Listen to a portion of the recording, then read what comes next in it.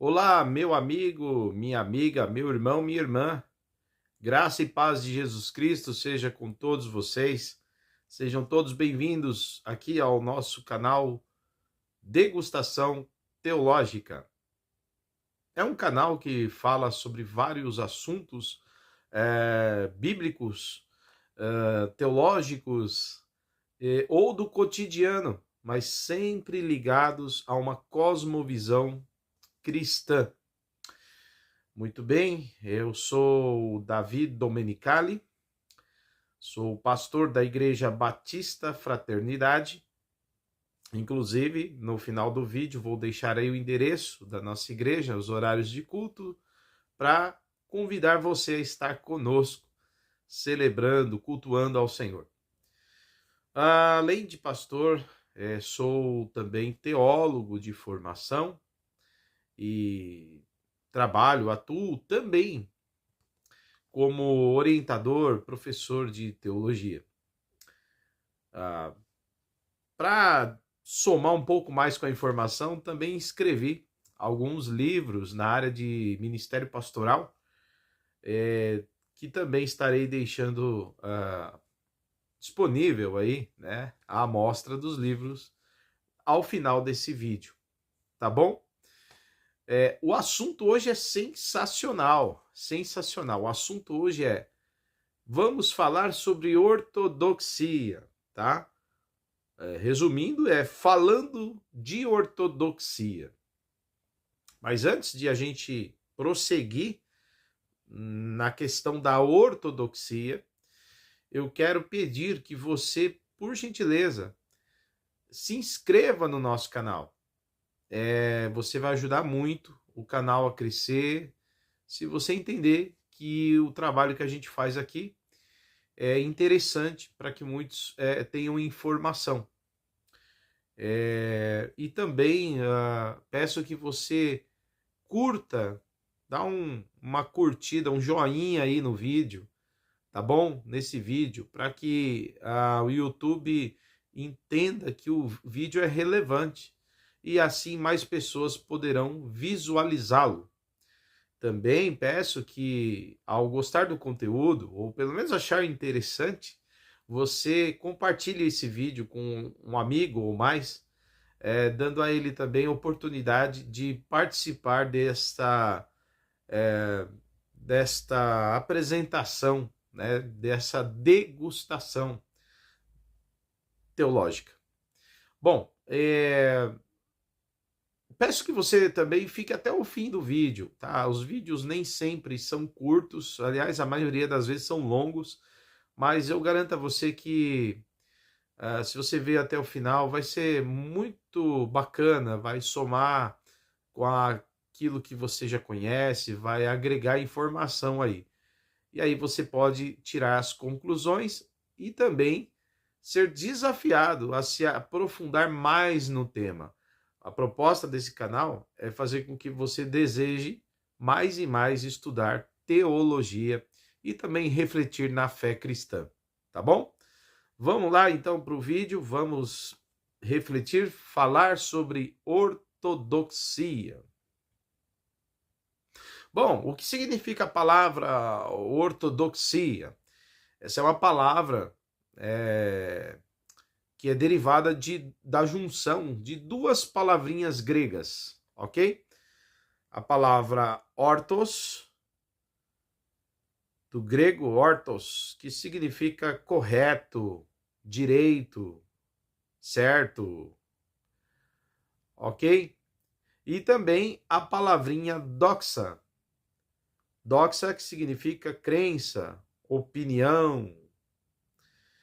Bom, juntando as duas palavras, nós temos aí então a palavra ortodoxa, ou a palavra ortodoxo, ou ortodoxia, que significa a crença correta, ou a palavra correta sobre um determinado tema. E como nós estamos falando de teologia, né, e de cristianismo, de fé cristã, nós podemos então dizer que ortodoxia significa maneira correta, o modo correto de se crer nas Escrituras, ou a teologia correta, né, a explicação teológica correta sobre a nossa visão cristã, ou ainda, se você preferir, você pode dizer a explicação correta sobre as Escrituras, ou sobre a fé correta, né?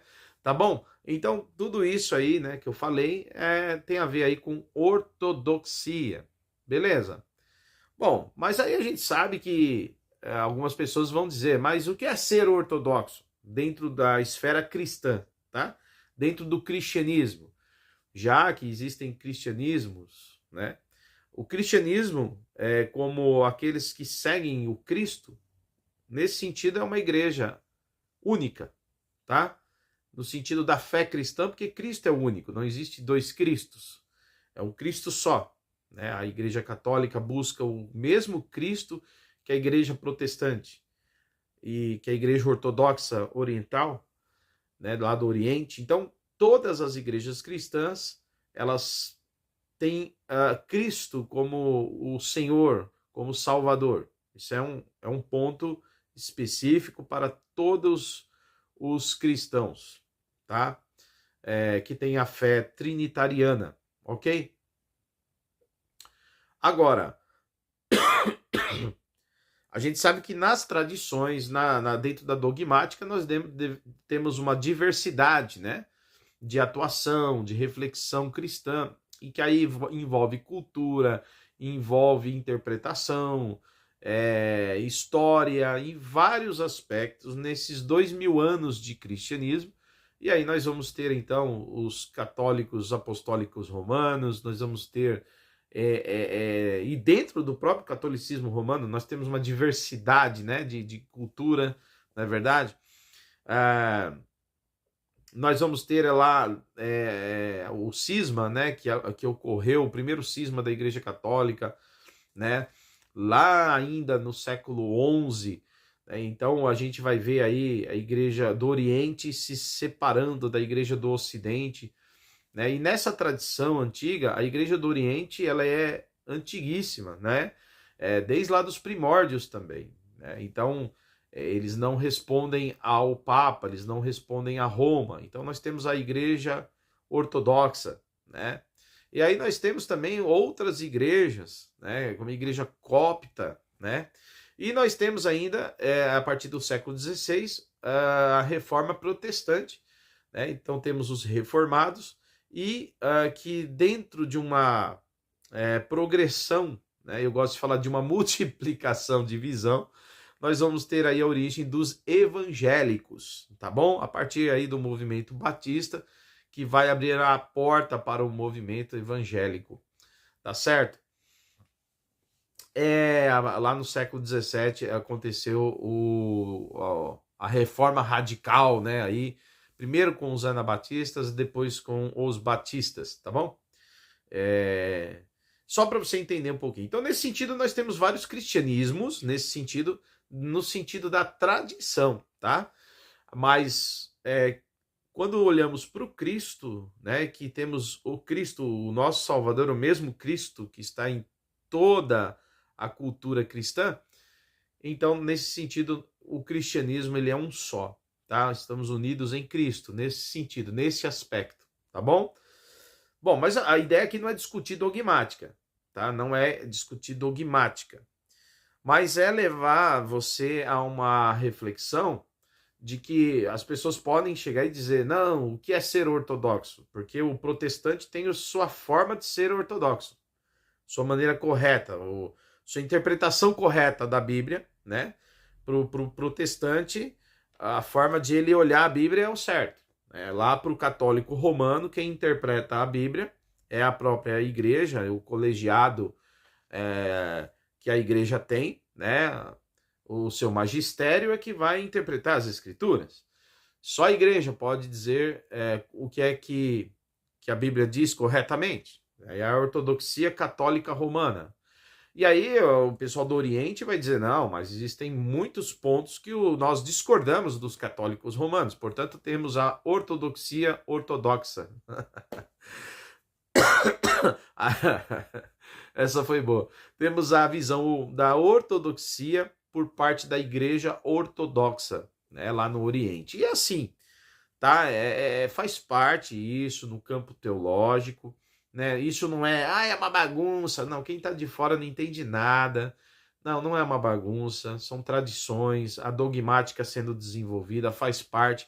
E é por isso que eu sempre falo para o pessoal: pessoal, vamos observar os fundamentos da fé, aquilo que nos une. Porque existem doutrinas centrais, fundamentais, nas quais devem ser comuns a todos os cristãos, todos, independente de serem católicos ou evangélicos. E existem em torno desses fundamentos, né, dessas doutrinas centrais, aquilo que nós chamamos de doutrinas periféricas, que estão em torno das doutrinas centrais. E é nessas doutrinas periféricas que nós não vamos concordar, tá? Porque haverá divergência de opinião, tá certo? Isso é muito tranquilo para a gente entender, ok? Então, são os fundamentos, as doutrinas essenciais da fé, a teologia primária que nos une e não as teologias secundárias, tá? Ou periféricas, ok? Só para você entender melhor aí, tá? Antes de começar aquele mimimi, né? Tá bom? Pra você entender. E eu sugiro que você que está assistindo o canal se aprofunde um pouco mais no tema, tá bom? Agora, eu quero aqui fazer uma distinção partindo desse ponto que eu falei. Eu não quero entrar nas questões secundárias de dogmática, que aí cada um vai ter a sua forma de interpretar e tal.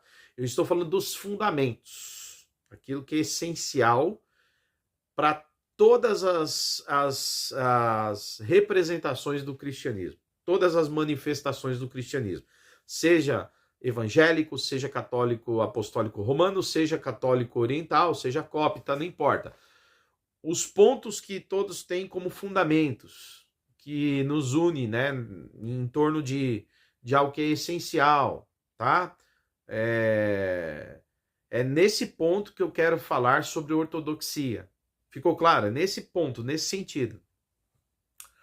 Aí, o que acontece? Haverá uma diferença do cristão ortodoxo, conservador, para o cristão liberal progressista, tá? Então, os teólogos conservadores ortodoxos irão ter divergências monstruosas com os teólogos liberais progressistas. Tá? Então aí fica a teologia ortodoxa contra a teologia liberal, ok? Inclusive eu tenho um vídeo aí bacana, esse vídeo aí, ó, que eu mostro as heresias do liberalismo teológico, da teologia liberal, tá? E mostra aí alguns pastores que têm seguido essa teologia. E não é só pastores não, tem padres que seguem também. E eu sou ortodoxo conservador, tá? Inclusive, aqui atrás eu tenho um livro que daqui a pouco eu vou mostrar para vocês, do teólogo Roger Walson, tá? Contra o liberalismo teológico, contra a teologia liberal, pela CPAD. Daqui a pouco, após eu falar aqui sobre esse assunto importante, eu mostro esse livro para vocês, beleza? Bom, mas aí tem alguns teólogos liberais, né, que vão acusar os teólogos ortodoxos de serem fundamentalistas radicais. Seremos chamados de fundamentalistas. E é aqui que eu quero fazer uma distinção, porque existe o fundamentalismo radical, tá? Que não é o meu caso. Então, eu não sou nem fundamentalista radical, muito menos teólogo liberal. Progressista menos ainda, tá? Mas então eu quero fazer em quadros uma distinção para mostrar para vocês, para vocês entenderem o que é uma coisa e o que é outra coisa, tá bom? Isso é bem legal para você entender. Vamos lá. Quando a gente pega o texto de Josué, capítulo 10, versículos 12 e 13, esse texto que você está vendo aí na tela, ok? Tá vendo o texto? Isso aí está no livro de Josué, lá no Antigo Testamento.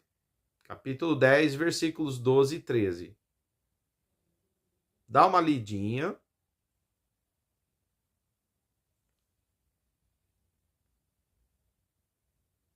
Bom, tá vendo aí, né? O texto aí diz que o sol parou, o sol se deteve, certo? E o dia foi prolongado, a claridade foi prolongada. Bom, esse episódio que você viu nesse texto acontece quando o povo hebreu, né, sobre as ordens de Josué, estão ali avançando, né, na terra prometida, nas terras ali que Deus deu ao povo, e para isso o povo iria ali tomar posse dessas terras, expulsando seus habitantes, que eram inimigos de Deus, ok? Inimigos do bem. E Deus usa então toda essa situação para entregar isso ao povo hebreu, que era o povo escolhido de Deus, tá? E aí, num dos episódios, eles precisavam da claridade, eles precisavam de luz do dia, da luz do dia para vencer os inimigos. Porque se escurecesse, eles teriam problemas, dificuldades. Então, houve um clamor para que Deus fizesse um milagre. E Deus, então, fez com que a claridade se mantivesse, né? E o dia fosse estendido até tarde, né? Chegou praticamente à noite e ainda estava claro. E o autor, então, expressou que usou, né, a sua fala, narrando aí, né, no texto sagrado, que o sol parou. O sol parou. Ok? Bom, então aqui nesse quadro eu quero mostrar para você o que é que o teólogo liberal vai dizer sobre esse texto. O teólogo liberal, ele vai dizer o seguinte: o texto é uma linguagem mítica, ou talvez uma alegoria. Não foi literal. Então aí você vai ver que o teólogo liberal ele não trabalha com essas possibilidades de milagre, né? Divino, de Deus atuando na natureza e fazendo o sobrenatural acontecer. Para ele é uma linguagem mítica, é um mito, né, contado ali pelos homens que estavam vivendo ali aquele momento e que traz para a posteridade um ensinamento, uma lição, né? Extrair daquela situação, daquela história, um ensino, né? Uma esperança, coisa do tipo. Então o teólogo liberal ele tem uma dificuldade com milagres, tá? Então ele diz que a linguagem mítica comum é muito comum entre os povos antigos. Israel não é diferente dos demais povos nesse sentido. Portanto, a linguagem ela é mítica, é uma narrativa antiga, tá bom? Já o teólogo fundamentalista radical, ele vai dizer que aconteceu exatamente como o texto diz, tá? Fundamentalista radical diz que o sol realmente parou. O sol parou mesmo, o sol é que parou, porque está escrito assim. Desse jeito. Então, se está escrito assim, é assim. Aí o teólogo fundamentalista radical, ele vai ignorar, inclusive, os aspectos científicos, né? De que o Sol é estático, né? Lá, e é a Terra que gira em torno do Sol. A ciência moderna nos trouxe esse, por meio de estudos, né? Nos trouxe então essa condição de compreender que o Sol está ali e a Terra, né, no seu movimento de rotação, está rodando ali, né, em torno do Sol. Ok?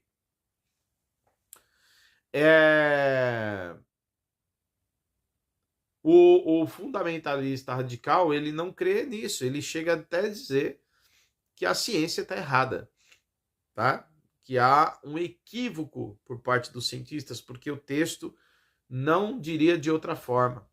Né? Aliás, porque o texto disse claramente, está escrito, e é Deus que inspirou a Bíblia, então está escrito que o Sol parou porque o Sol parou. Acabou. Deus não é mentiroso, o Sol parou e ponto final. A ciência é que está errada. Esse é o fundamentalista radical. Tá? E aí tem o ortodoxo conservador, que vai explicar as coisas de uma maneira mais coerente. Tá? Ele não vai ser nem liberal, nem radical fundamentalista. Veja no quadro o que é que o teólogo ortodoxo diz. O teólogo diz que o milagre foi real, ou seja, não é uma alegoria, não é um mito, não é uma linguagem mítica. Realmente o milagre aconteceu. O dia prolongou-se, tá? Contudo, não foi o sol que parou, mas o autor narrou o fato como viu, sem ter conhecimento científico naquela época. Portanto, narrou o milagre e não deve-se levar em conta a explicação simples de como o milagre ocorreu. Ou seja, o ortodoxo entende, o teólogo ortodoxo entende que o autor na época não tinha conhecimento científico. Porque se ele tivesse, talvez ele diria o contrário. Né? O autor, o que narrou ali o texto de Josué 10, ele diria, olha, Deus fez a terra parar. E a terra parou. Então o texto estaria ligado a uma questão lógica coerente com a ciência. Tá bom? Com a ciência moderna. Mas Deus, ele faz milagres. Lá no passado fazia milagres e, vou te dizer, faz ainda hoje, tá? Só que nós temos um povo muito incrédulo, né? Até hoje. É difícil crer, né, nos milagres, não é verdade? Mas Deus fez esse grande milagre para favorecer o povo naquele dia. O seu povo. E aí, o que acontece é que ao narrar o fato que aconteceu aí, né, vamos colocar aí pelo menos aí essa situação, né, esse milagre que Josué viveu, aconteceu pelo menos dos dias atuais para trás há mais ou menos 3.300 anos, né? 3.300 anos atrás, há muito tempo atrás. Então, naquela época, imagina o homem que narrou esse fato e que contou, né? Foi contando de geração em geração e aquilo foi registrado posteriormente ali, né, no livro de Josué. Agora imagina a narrativa arcaica, né? Quando ele viu que não escurecia o sol, o céu estava claro, ele não tinha essa noção de que a Terra gira em torno do Sol, então ele escreveu, é descrito, ele narrou, né? Ele disse com sua boca, contou e como aquilo aconteceu dentro da sua limitação, do seu tempo. Ok? Deus respeita o tempo, tá? Deus usou todos os autores bíblicos, porque a Bíblia ela é inspirada pelo Espírito Santo, conforme o apóstolo Paulo afirma isso para Timóteo, tá? Mas Deus, ele traz a sua revelação para que os homens escrevam aquilo que Deus quer, a intenção da sua mensagem, né? Que os homens contem o que Deus revelou e o que Deus fez. Porém, dentro da sua condição, tá? Então, naquela época, os homens puderam escrever como viam o mundo. Tá? Deus tinha a mensagem, tem ali o milagre, tem tudo acontecendo, mas eles vão narrar conforme a mentalidade deles, conforme a sua condição de compreensão do mundo daquela época. Você entende isso? Então, é assim que o ortodoxo analisa esse texto, tá? Que o milagre foi real, diferente do liberal que nega o milagre, o ortodoxo afirma o milagre, mas ele entende que o autor escreveu e narrou o fato como ele compreendia, tá? Porque de fato não é o sol que para, né? Mas é a terra que para, né? E Deus tem o poder para fazer a terra parar se ele quiser, tá bom? Ou então, ainda que Deus não tenha parado a terra literalmente, Deus fez com que o dia, a claridade, a luz do dia permanecesse até o anoitecer, favorecendo assim os israelitas. Ok, pessoal? Ficou claro? Então você vê aí a diferença entre o liberal, o teólogo liberal, né? A diferença entre o teólogo fundamentalista radical e o teólogo ortodoxo conservador. Então, são essas as diferenças aí, para você entender o que é um liberal, o que é um ortodoxo e o que é um fundamentalista. Ok? Vamos a mais um exemplo, para ficar bem claro aí essa questão, para ficar bem bonitinho. Uma questão que muito se discute, né, bastante, é a questão do dilúvio, né? Foi real, não foi real, como é que aconteceu e tal. Noé, né, é real, a arca existiu, né, a arca de Noé existiu. Essas discussões. Então, vamos ver como é que o teólogo liberal trata isso que está no livro de Gênesis, capítulo 6. A construção da arca está no capítulo 6, certo? E o dilúvio está narrado no capítulo 7 de Gênesis, tá bom? Capítulo 6 e 7 de Gênesis. Como é que o teólogo liberal, ele vai... teólogo liberal progressista, né? Como é que ele vai entender esse texto aí? Ele vai entender que o dilúvio, Noé, a arca, tudo isso é apenas uma linguagem mítica. De novo, uma narrativa dos antigos. E que o dilúvio não foi literal, ele de fato não aconteceu, né, exatamente. E se aconteceu, aconteceu num outro tempo, onde nem Noé existia, nem arca existia, não havia essa possibilidade, tá bom? Segundo o teólogo liberal, então, são narrativas antigas que contam histórias para ensinar uma moral ou mostrar a origem de um povo, explicar como algo aconteceu, né? Como chegou aquele momento atual, né? É uma espécie de justificar a origem das coisas, tá bom? Então, não seria literal, mas apenas uma linguagem mítica ou uma alegoria, tá? É assim que o teólogo liberal explica aí o dilúvio, a arca e Noé, né? Noé não teria nem sequer existido. Bom, como é que o teólogo fundamentalista radical vai mostrar o dilúvio aí? Como é que ele entende? Ele entende que o dilúvio foi real, aconteceu mesmo o dilúvio e Noé é real, Noé também é real, a arca foi real, portanto foi um fato realmente, tá? Ou seja, o dilúvio é literal. E, detalhe, ele foi universal, porque a Bíblia diz que toda a carne morreu, né? Toda a carne pereceu, aliás, todos os seres vivos morreram na face da terra, como está em Gênesis capítulo 7. Ok? Então, são esses dois aí, o fundamentalista radical e o liberal que eu falei para vocês. Tá? Eles entendem assim, bem opostos, né? Agora, como que o ortodoxo conservador vai interpretar essa questão do dilúvio, de Noé e da arca? Bom, em primeiro lugar, né, o ortodoxo vai entender que Noé, o dilúvio, a arca foram reais.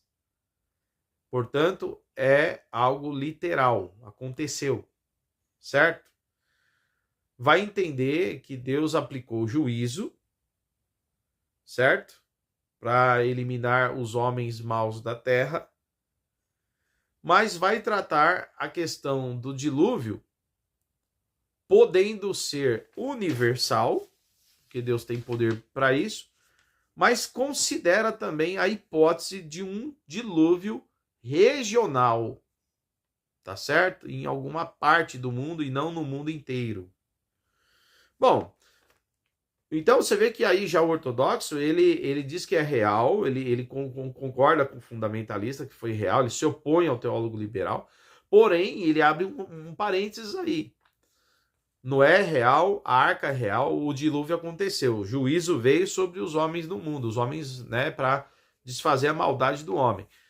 Só Noé e sua família sobreviveram dentro da arca, após o dilúvio. Porém, abre-se aí um parênteses de que há possibilidade de que o dilúvio tenha sido regional, apenas numa parte do mundo e não no globo terrestre inteiro, tá bom?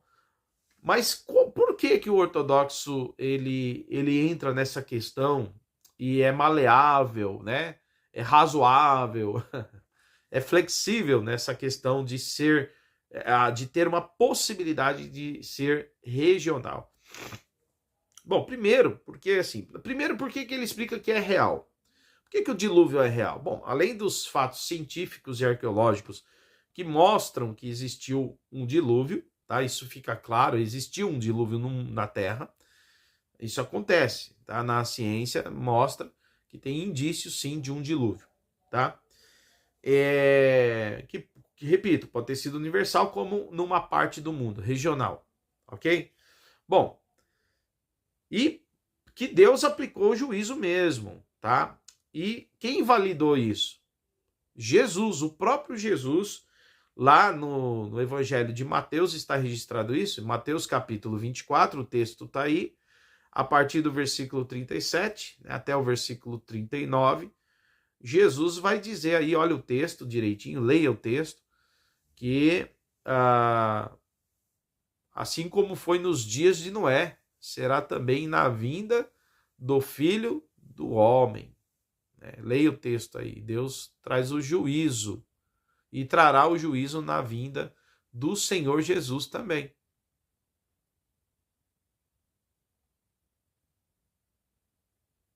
Observe bem o texto com cautela. Tá vendo? Então Jesus, ele vai mostrar aí para nós que o dilúvio, ele é usado como exemplo, né, para apontar a volta do Senhor Jesus. Ele diz o seguinte, assim como foi nos dias de Noé, que veio o dilúvio e varreu os homens da face da terra, será também a vinda do Filho do Homem. Está dizendo, vou voltar, salvar os que são meus, né?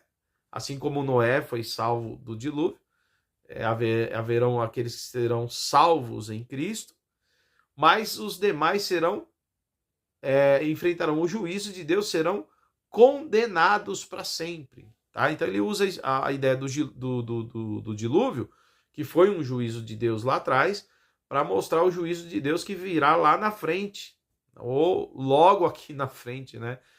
Se Jesus não demorar para vir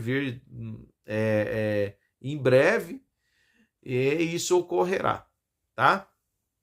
Mais rápido do que muitos imaginam. Agora, a gente vai ver então que aqui Jesus jamais usaria uma linguagem mítica, né? Uma alegoria, para aplicar isso a algo que será real. Porque a volta de Jesus será real, literal. Tá? Lembrando que o teólogo liberal também não acredita na volta literal de Jesus. Alguns até podem acreditar, mas a maioria não acredita.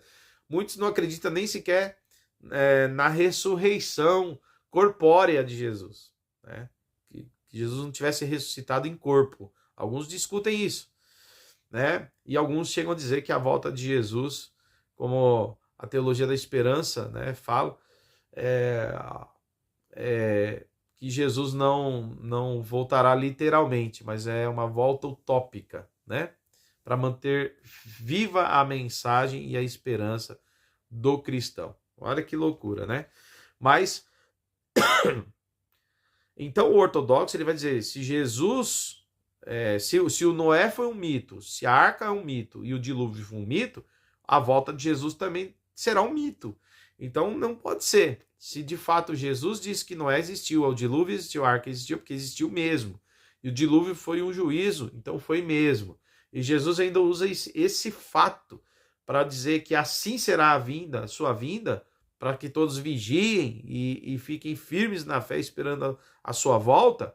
Então vai ser assim mesmo, literalmente. Tá? Então o ortodoxo entende como algo real, que aconteceu mesmo. Agora, qual é o motivo do teólogo ortodoxo dizer que há possibilidade de ter sido regional, numa parte da Terra e não na Terra inteira, né? Qual seria essa possibilidade, tá? Qual seria essa possibilidade? Bom, primeiro vamos ver aí, então, o que diz que capítulo 6 de Gênesis, Deus vai mandar fazer uma arca, né? Deus vai mandar fazer uma arca. Então tá aí a arca que Deus mandou fazer. E Deus disse assim lá no capítulo 6, está no versículo 14 e 15, tá? Vamos ver o texto. Olha o que o texto diz. Que Deus mandou fazer uma arca, né? Porque iria trazer o dilúvio na terra, ok? E manda Noé fazer uma arca, conforme está aí no texto. E vai dizer aí que a arca tinha 130 metros de comprimento, tá? É lógico que no original está em côvados, né? Podem ser cada côvado entre 45 a 50 centímetros, ok? Mas aí a maioria das Bíblias mais atualizadas trazem para nós já a medida em metros, tá? Então seriam aí, conforme diz o texto bíblico, o comprimento da arca, 130 metros de comprimento. 130 metros. Ok? Você analisa aí na sua rua, na sua casa, o que é 130 metros? Esse era o comprimento da arca. Largura, 22 metros de largura. Você analisa aí, 22 metros de largura, às vezes dá 2 terrenos de 10 metros de frente. Né? 22 metros de largura. Né? E 13 metros de altura. Né? Talvez aí, eu não sei quanto que é um poste de luz na rua, se é 10 metros, né? Não sei quantos metros tem um poste, talvez seja um pouquinho mais alto que um poste aí na rua, aqui na cidade de São Paulo, por exemplo, tá? É mais ou menos isso. Então, essa é a medida da arca aí que você tá vendo no desenho, tá? Tá certo? Essa é a medida da arca. Bom, pessoal, agora a questão que o teólogo ortodoxo faz é entender que existem questões que nós não podemos ignorar, né? Hoje, por exemplo, é feita a catalogação, né? Sempre uma atualização do número de espécies que temos no mundo, da quantidade de espécies, de cada espécie que nós temos entre os animais do mundo. Lembrando que esse número não é exato, por quê? Porque eles pressupõem que há mais espécies ainda, que não foi possível coletar. Então, o que nós temos são as que conhecemos, as que conseguimos coletar. Quando eu falo conseguimos, não quer dizer que eu fiz parte da equipe, tá? Estou falando nós, os seres humanos, conseguimos coletar, os cientistas conseguiram coletar. Então, nós temos aí, então, uma quantidade imensa de espécies de animais no mundo. E aí eu vou desconsiderar os peixes. Vou desconsiderar os peixes. Não vou nem citar os peixes aqui, tá? Nem os vermes, nada disso. Eu vou apenas citar mamíferos, a quantidade de mamíferos que hoje nós temos catalogados, a quantidade de aves e a quantidade de répteis. Ok? Vamos começar aí primeiro. E aí tem a fonte de onde foi pesquisado, tá bom? Quantos mamíferos temos? Olha aí, 5.300 mamíferos catalogados no mundo. 5.300 espécies de mamífero. Ora, se você pegar o casal, macho e fêmea, conforme Deus fez, né, entrar na arca, capítulo 7 mostra aí os animais, macho e fêmea, entrando na arca, certo? De cada espécie. Então, você dobra por 2. Aliás, dobrar por 2, isso foi tão absurdo, né? Você dobra ou multiplica por 2, tá bom? Bom, aí você vai ter então o dobro. O dobro de 5.300, queridos, vai dar 10.600. Então, se nós fôssemos pegar, né, hoje, a Arca de Noé hoje, e colocar dentro só os mamíferos, teríamos que colocar da terra inteira, seriam 10.600 mamíferos. Mamíferos, tá? Considerando aí o casal, tá certo? 10.600 mamíferos. 10.600 mamíferos, meu. Não é pouca coisa, não. Não importa o tamanho, tá? 10.600 é muita coisa. Hoje nós conhecemos aí, né, pela ciência, 11.600 répteis. 11.600 répteis no mundo. Agora, pega o casal, macho e fêmea dos répteis. Vai dar quanto? O dobro? Vai dar 23.200 répteis. É muito réptil, hein? E, por fim, nós temos aí as aves. Nós temos coletado em torno dos 10.000, aproximadamente, né? Para mais ou para menos. 10.000 aves. Tá? 10.000 aves. O dobro disso, macho e fêmea, vai dar o quê? 20.000 aves. Queridos, olha isso. Se você somar os 10.600 mamíferos que teriam entrado na arca, mais os 23.200 répteis, mais as 20.000 aves, irmãos e irmãs, amigo e amiga, caros estudantes de teologia, nós teríamos aí 53.800 bichos na arca. Eu estou falando de 53.800 animais na arca. Fora o estoque de comida que tinha que ter para alimentar toda essa bicharada, Moisés e sua família, durante o tempo que eles ficaram na arca. Gente, desculpem, né? Mas esse tamanho aí da arca não seria suficiente para agregar todos esses bichos aí. Se o dilúvio for universal, não cabe tudo isso aí na arca. Tá? É uma questão racional. Eu sei que aí o fundamentalista vai falar, não, mas Deus pode fazer milagre. Ele multiplicou os pães, né? Jesus multiplicou, João capítulo 6, ele multiplicou pães. Jesus fez esse milagre aos olhos de todos. Eu concordo, fez mesmo. Eles vão dizer, lá no livro de Reis, nós temos aí o profeta Eliseu, né, que por intermédio de Eliseu e com a obediência da viúva pobre, ela pega o azeite, né, e coloca o azeite, que ela tinha apenas uma botija. Ela pega um monte de vasilhas emprestadas de todos os vizinhos e vai enchendo todas as vasilhas. Então há uma multiplicação, as vasilhas ficam cheias. Nosso Deus pode fazer isso? É verdade, queridos. Mas aí conversando com um amigo meu, o irmão Cícero, tá aí o irmão Cícero, né? Gente boa, colocando a imagem aí do irmão Cícero, amigo nosso, irmão ali da igreja, diácono ali da igreja. Ele, conversando comigo nesse aspecto teológico, ele falou de algo muito interessante, né? Porque o fundamentalista, ele diz assim, não, Deus pode fazer um milagre. O milagre seria mais ou menos assim, a pessoa entrar num Fusca, vamos entrar no Fusca. E quando entra no Fusca, sabe o carro, aquele Fusquinha? Quando entra no Fusca, dentro do Fusca é uma Kombi, né? Seria maior lá dentro do que fora, né? Fora é um Fusca, por dentro é um micro-ônibus, né? Ou um ônibus, né? Ou uma Kombi. Gente, não faz sentido. Tá? Deus não multiplicou o tamanho da arca. Deus não aumentou a arca. O texto não diz isso.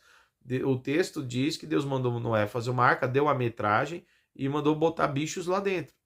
Certo?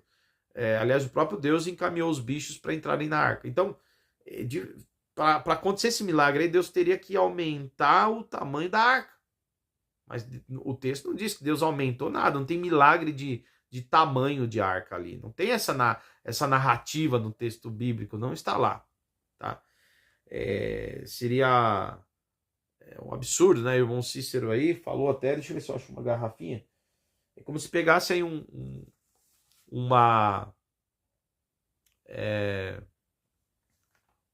galão aí, um galão não, uma caixa de água de 2.000 litros, ou de 1.000 litros, vai, uma caixa de água de 1.000 litros aí, ó, como eu tô mostrando aí, certo? E pegasse essa caixa de água que tem 1.000 litros dentro e virasse para encher essa garrafinha de 200 ml, né? Aqui, você pega a caixa que tá aí, né? A caixa, e tomba ela, que tem 1.000 litros para encher 1.000 litros aqui dentro. 1.000 litros dentro da garrafinha. Ora, como é que vai caber? Para isso, Deus tinha que fazer um milagre de aumentar o tamanho da garrafinha. A garrafa vai aumentando e se torna um garrafão de 1.000 litros. Aí caberia. Mas a Bíblia não diz que Deus aumentou o tamanho da arca.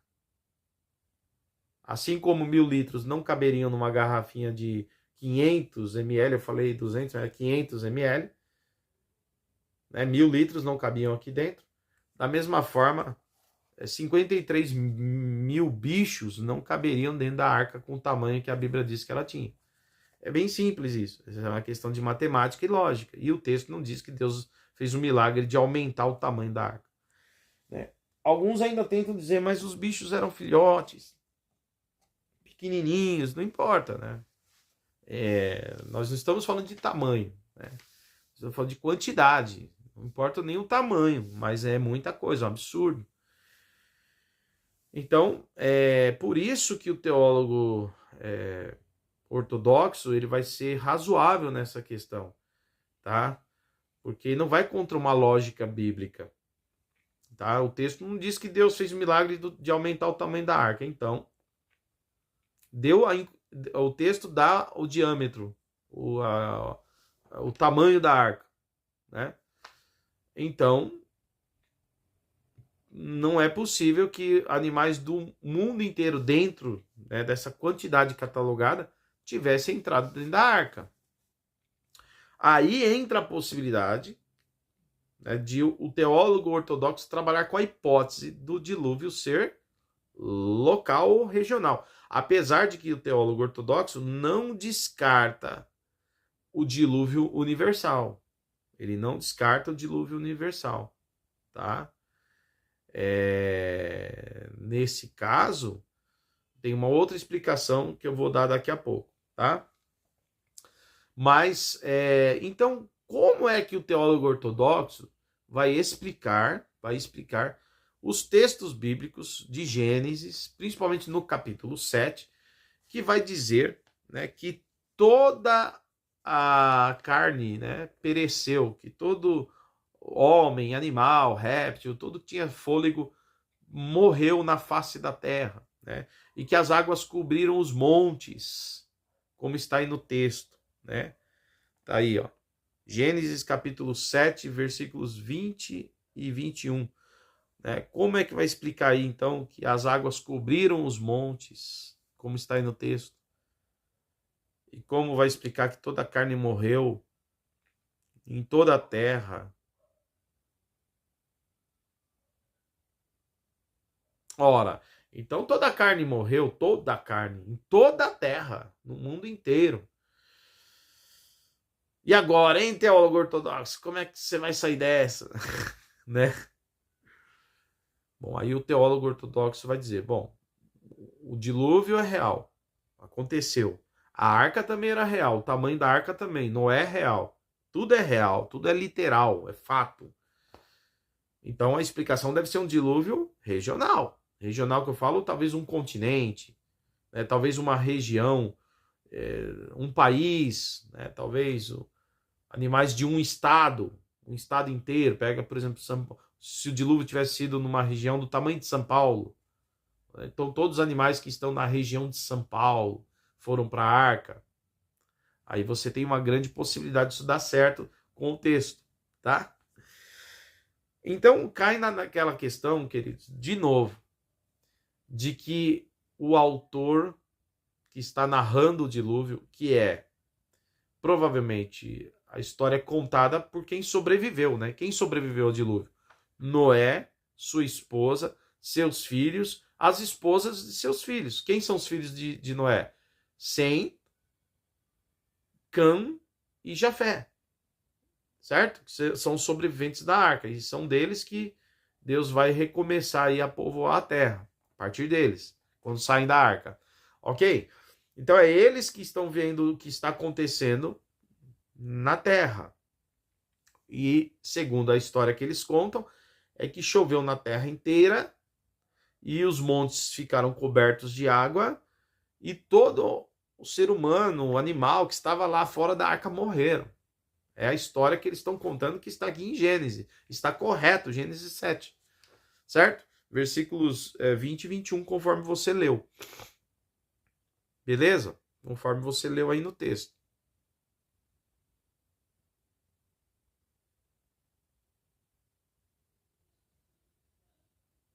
Então, como que faz agora? Esse é o olhar de quem está narrando. Mas o olhar dele, queridos, é limitado. Ele está narrando aonde a vista dele alcança. Aonde os olhos dele alcançam, o dilúvio tomou conta. E mais, será que havia ser humano já em todo o globo terrestre? Ou naquela época, por conta de não haver água encanada, nada disso, os homens ficavam meio que, apesar de um pouco espalhados, não estavam ainda espalhados no mundo inteiro, mas estavam concentrados em uma região muito grande, talvez do tamanho de São Paulo, ou um pouco mais, né? Talvez em regiões aí entre 2, 3 estados, o tamanho, estou falando, né? Como se fosse ali São Paulo, Minas e Rio de Janeiro. Será que o povo não estava por ali, próximo aos rios? Porque naquela época se queria ficar mais perto do rio, não tinha água encanada. Então, poucos povos se aventuravam a ir para mais longe, né? Muito longe, em lugares que não tinha muito recurso, né? Para sobreviver, longe da água, longe do mar, longe dos rios, tá certo? Então, é possível que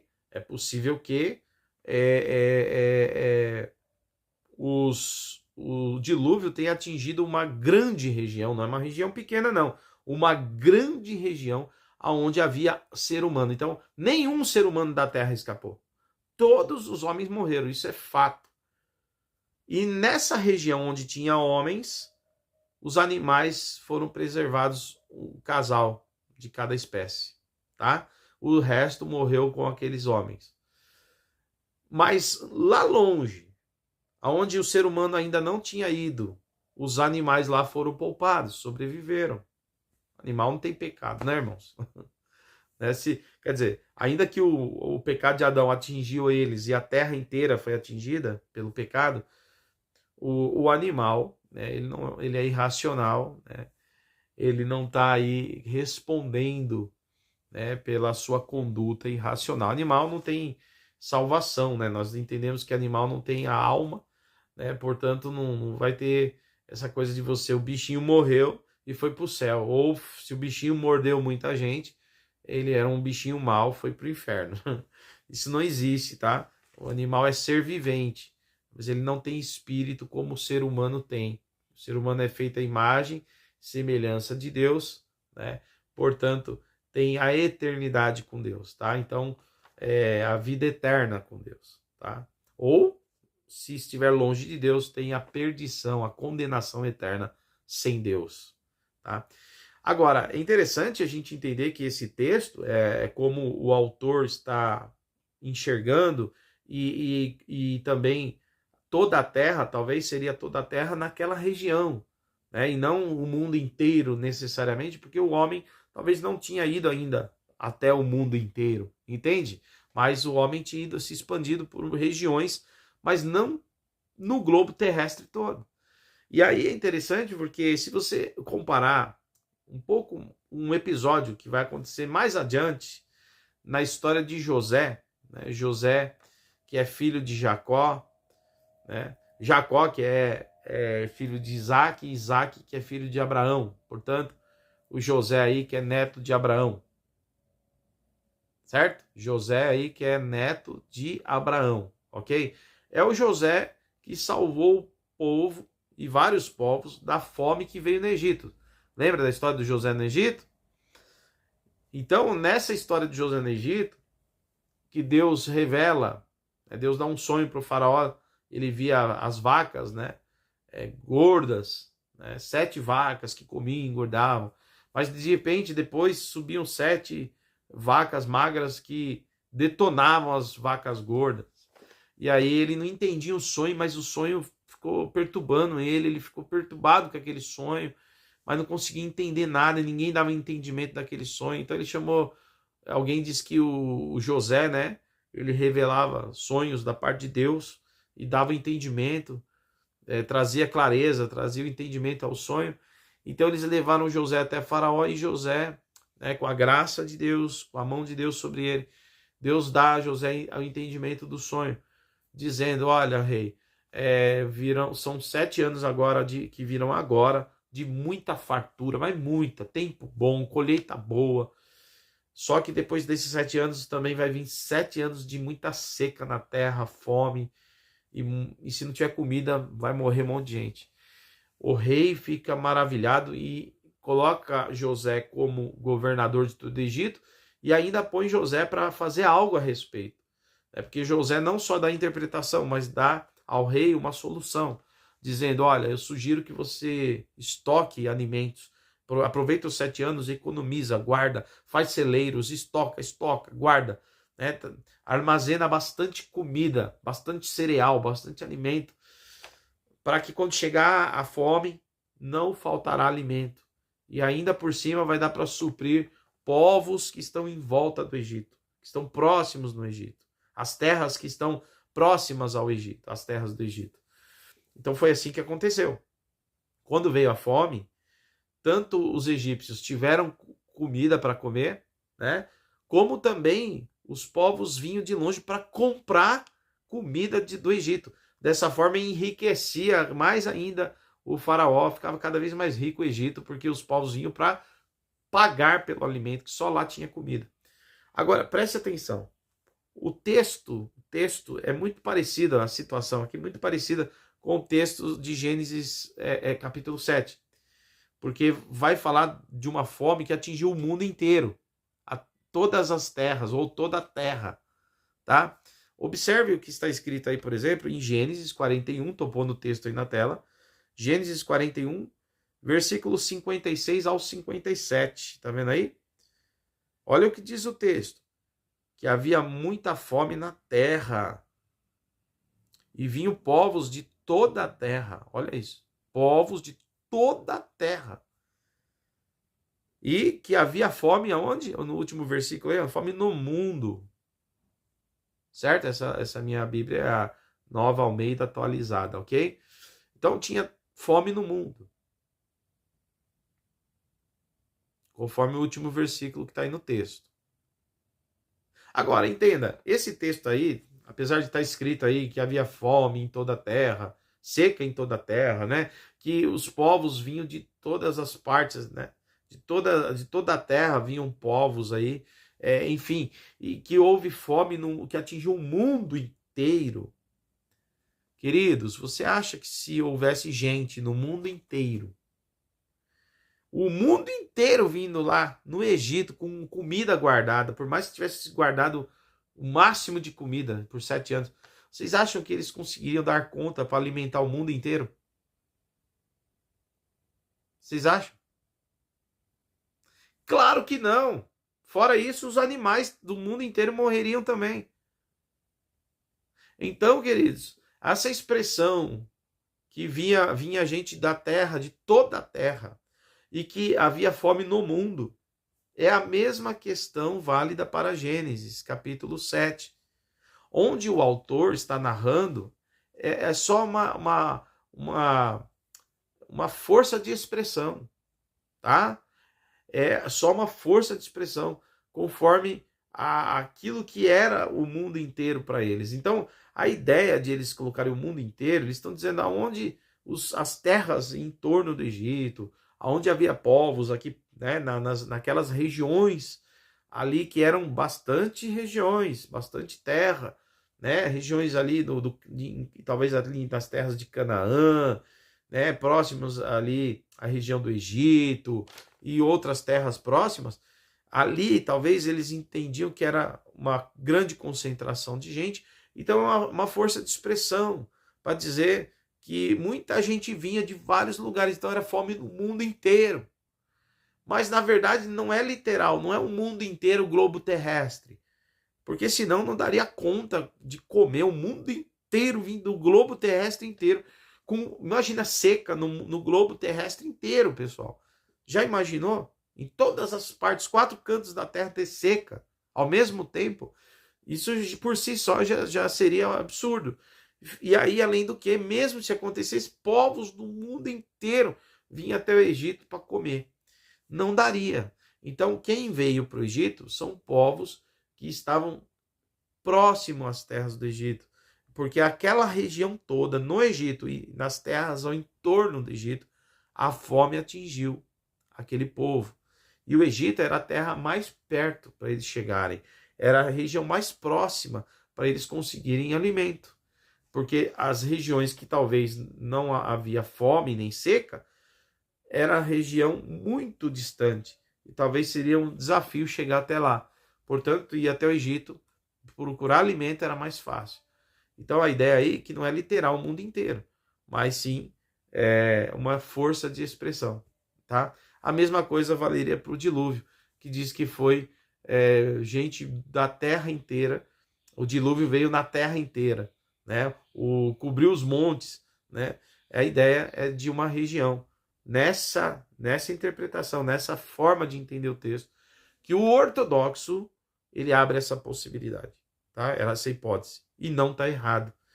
Então ele não nega o juízo de Deus, ele não nega que a arca foi real, não nega que o Noé existiu, não nega absolutamente que o dilúvio veio.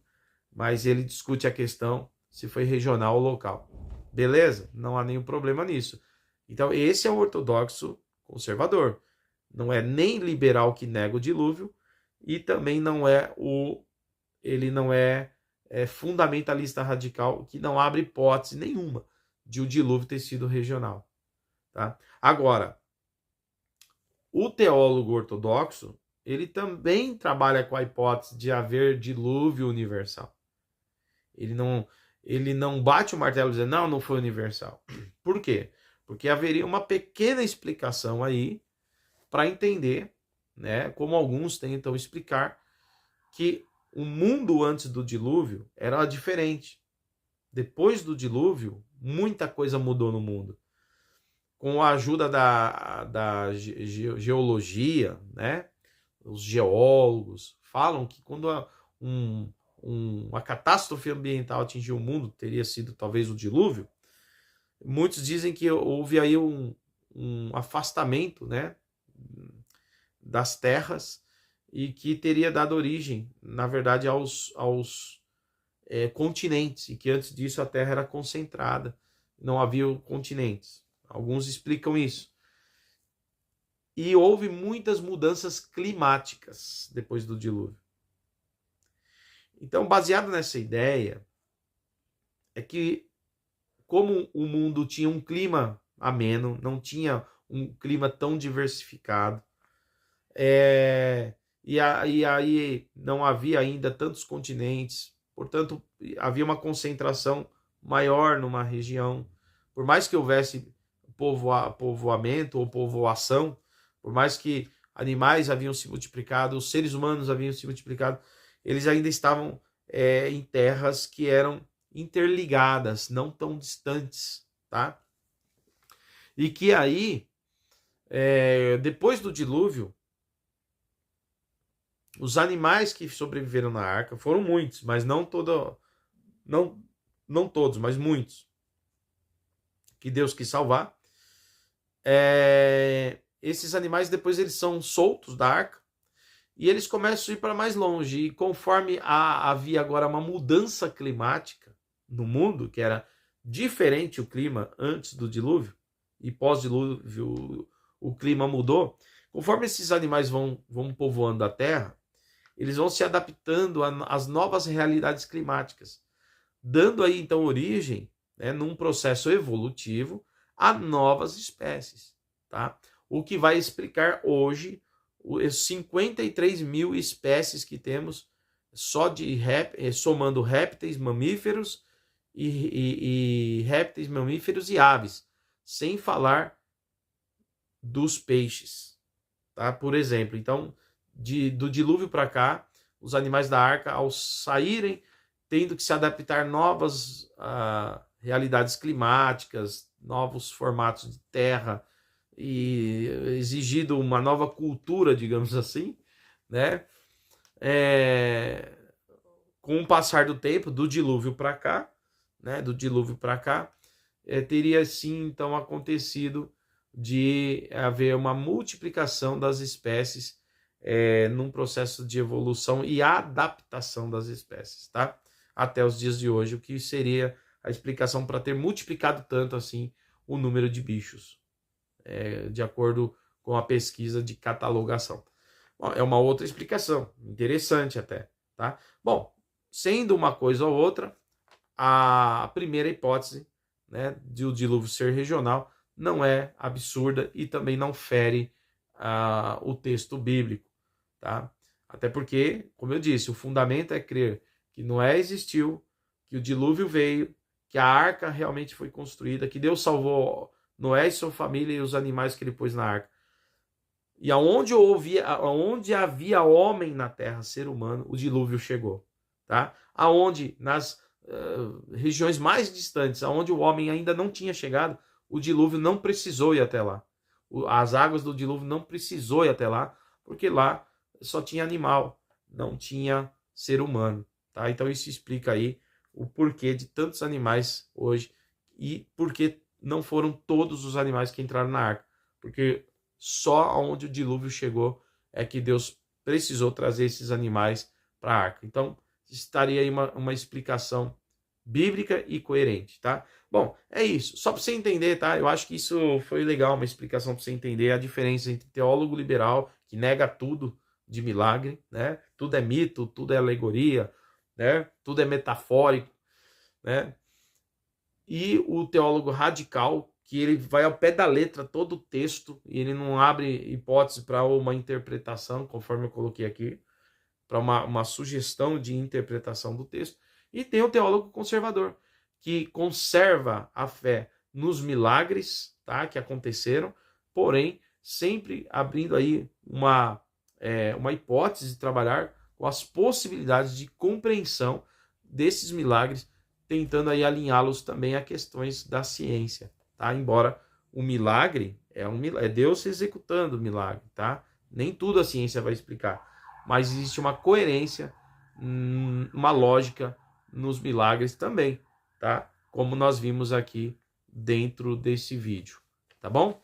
Bom, espero que você tenha gostado aí do vídeo. Isso é só um exemplo, tem um monte de textos que a gente podia usar para explicar e mostrar para você a diferença entre teólogo liberal, teólogo ou cristão radical, né, fundamentalista radical, e o ortodoxo conservador coerente, tá bom, pessoal? Fica assim então, tá? E repito, nada contra o dilúvio universal, tá? Mas mostrei aí os pontos aí que apoiam a outra hipótese de ser um dilúvio regional também, beleza? Bom, pessoal, vou finalizar o vídeo, já vou pôr aí uns livros que eu escrevi para mostrar para vocês, né? Quando eu for pregar na sua igreja, você pode adquirir, né, da área de teologia pastoral, tá bom? Ministério Pastoral e Igreja. Beleza? Já eu mostro para vocês os livros. E também vou deixar disponível o endereço da nossa igreja, convidando você para cultuar com a gente lá, adorar a Deus com a gente, tá bom? Eu quero, antes de entrar nessa parte, mostrar para vocês aqui alguns livros que eu acho que é bacana para você ler. O primeiro deles é Como Ler o Gênesis. Como Ler o Gênesis, tá? Do Longman Tremper, ou melhor, né? Tremper Longman III, tá? Esse livro aí, publicado pela editora Vida Nova, Como Ler o Gênesis, tá? Pela editora Vida Nova, do Tremper Longman III, tá? Meu, excelente esse livro aqui, cara. Aqui ele explica bem legal, assim, mano, como que você deve ler o Gênesis, tá? É um especialista aí em Pentateuco, mas principalmente no livro de Gênesis, tá? Bacana. Meu, vai por mim. Outro texto, outro livro bacana para a gente ler está aqui. É o do Marcos Botelho, né? O teólogo, pastor também, Marcos Botelho, que é esse livro aí, o Mosaico Bíblico. Tá falando aí da Bíblia em vários aspectos, qual é aí o entendimento dos autores bíblicos, como eles entendiam o seu mundo, como é que eles escreveram a partir da sua lógica, da sua realidade de mundo, sua cosmovisão, né, naquela época, tá bom? Esse livro aí, Mosaico Bíblico, do Marcos Botelho, a editora aí é a Thomas Nelson, tá? Editora Thomas Nelson, tá bom? É um livraço, viu? Vale a pena. E por fim, vou sugerir esse aqui que tem a ver com o tema, bastante com o tema, esse aqui do Roger Olson, tá? Esse grande teólogo Roger Olson, tá bom? Esse aí, ó, Contra a Teologia Liberal, tá? Contra a Teologia Liberal. É um livro aí que faz uma defesa cristã da interpretação tradicional, né? Defesa cristã bíblica tradicional, tá bom? É um livro muito legal pela CPAD. Eu indico para você também. Bacana esse livro, tá? Bom, são as dicas aí dos livros para você que é amante da Bíblia, do estudo teológico e de coisas assim semelhantes, né? Coisas afins. Bom, eu vou encerrar. Agradeço de você ter ficado até aqui. Espero que tenha gostado do vídeo. Se for comentar, fique à vontade para comentar, para dar dicas. A gente também está aqui sempre aberto a ouvir. E a gente só pede sempre, se houver uma crítica contra, né, que seja respeitoso, né, porque é legal. O vídeo não é feito aqui para ofender a moral de ninguém, mas para levar informação, tá? Explicando o que é cada coisa aqui. Né? Porque hoje muitos chamam os ortodoxos de fundamentalistas radicais. E eu mostro nesse vídeo que uma coisa não tem nada a ver com a outra, tá? A diferença entre um e outro, tá bom? Bom, você se inscreve nesse canal, cara, dá um joinha nesse vídeo e compartilha com alguém. Vai ser uma bênção, tá bom? Agora eu vou deixar aí, vou finalizar o vídeo mostrando para você meus livros, alguns livros, um dica para você poder adquirir e também o endereço da nossa igreja em Caieiras, para que você possa ir, quando quiser e puder, participar de um culto com a gente, tá bom? Gente, Deus abençoe, ó. Beijo, até o próximo vídeo e fiquem todos na paz de Cristo.